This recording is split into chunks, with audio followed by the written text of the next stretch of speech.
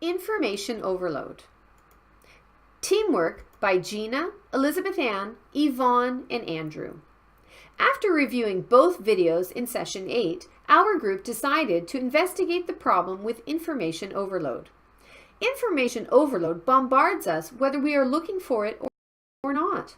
We are all expected to be up to speed on internet search techniques, but most of us are not. UOIT Content Folder, Video 8.1 and 8.2. Let's take a look at our scenario. Roland has not been feeling well for a couple of weeks and finally decided to go see his physician with the following complaints. Poor concentration due to overloading of short-term memory. Hurry sickness. He feels that he must constantly rush to keep pace with time.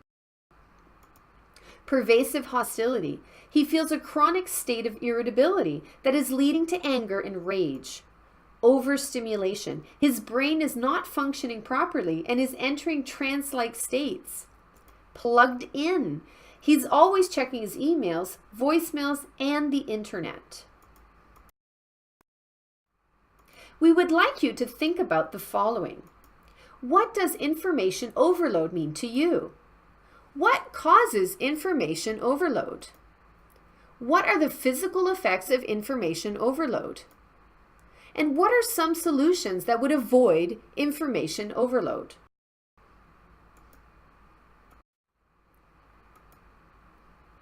Other terms for information overload are infobesity, infotoxification, and information overconsumption. Roland is overwhelmed, has difficulty understanding issues, and is hesitant at making decisions due to the abundance of information that is on the internet. Let's take a look at this short video clip and listen to what others have to say.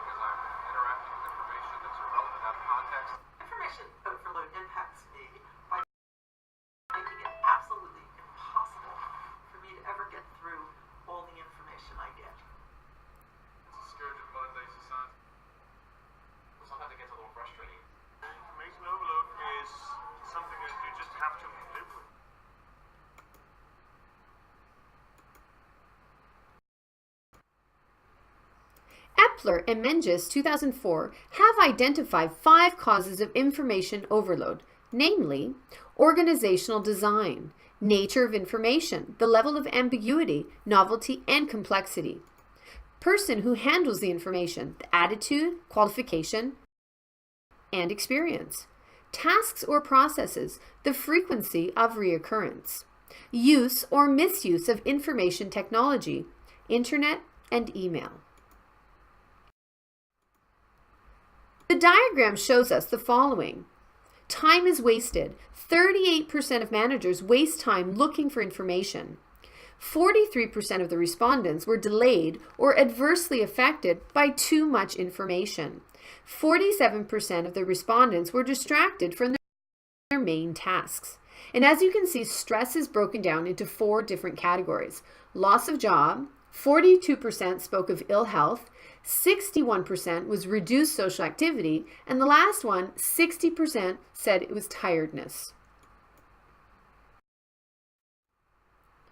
The human brain has limits on how much information it can absorb and process, Toffler theorized.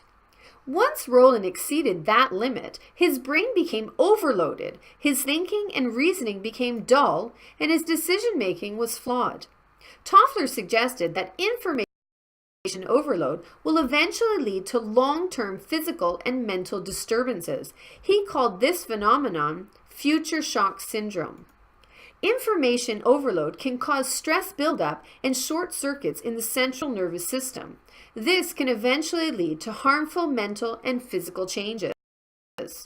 If not treated, Roland may have a nervous breakdown or shell shock and feel helpless and inadequate from information overload. This is your brain on a computer.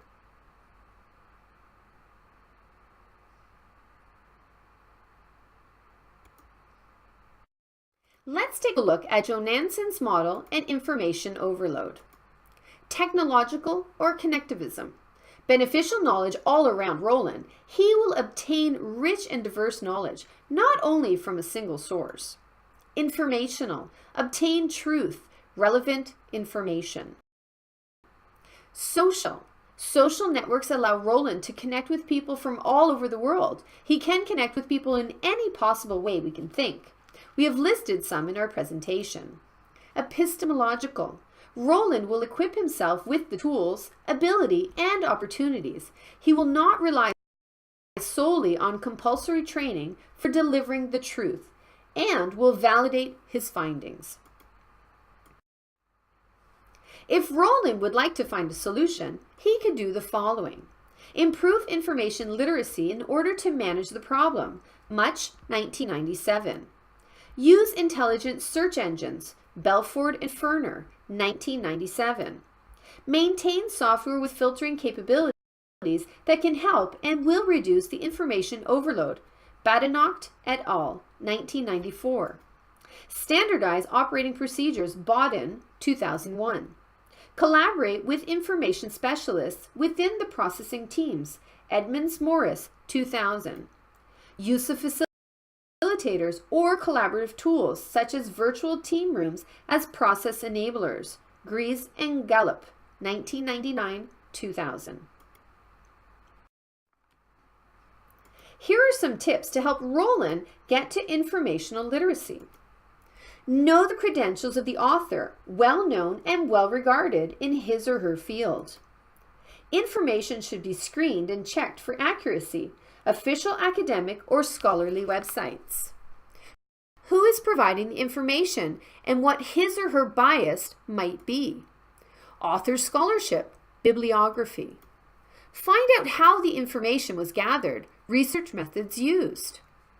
Dated information, copyright dates. Here are some great sites for Roland to check out. Evernote is a program that will help Roland capture multiple types of information, from typewritten notes to web pages to pictures.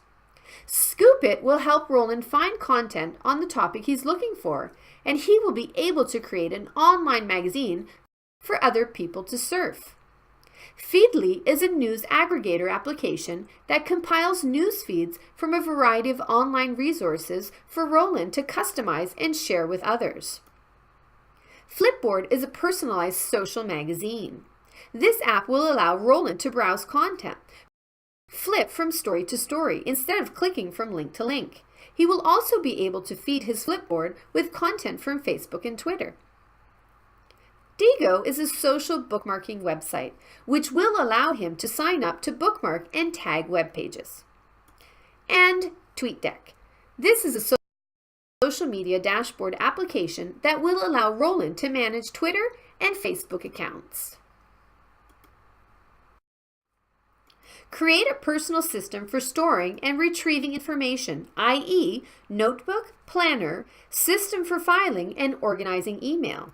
Do not overwhelm yourself with more information than you need. Filter. Focus attention only on the most useful and essential information while purposefully ignoring other sources. Attend workshops on time management training, business writing training, software and technology training. You can also attend informational sessions or workshops for information literacy training. How to gain control back from informational overload.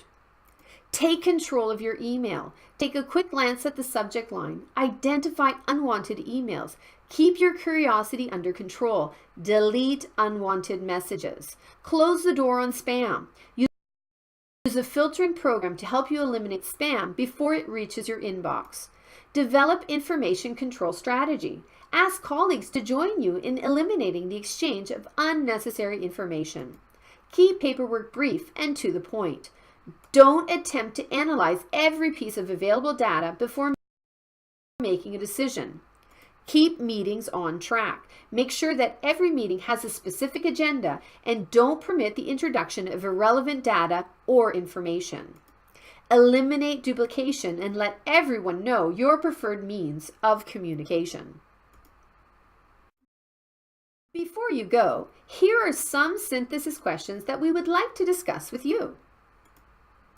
What influences does information overload have on our lives? What are the psychological, physical, and social symptoms of information overload? Can information overload affect students in the same way it affects employees?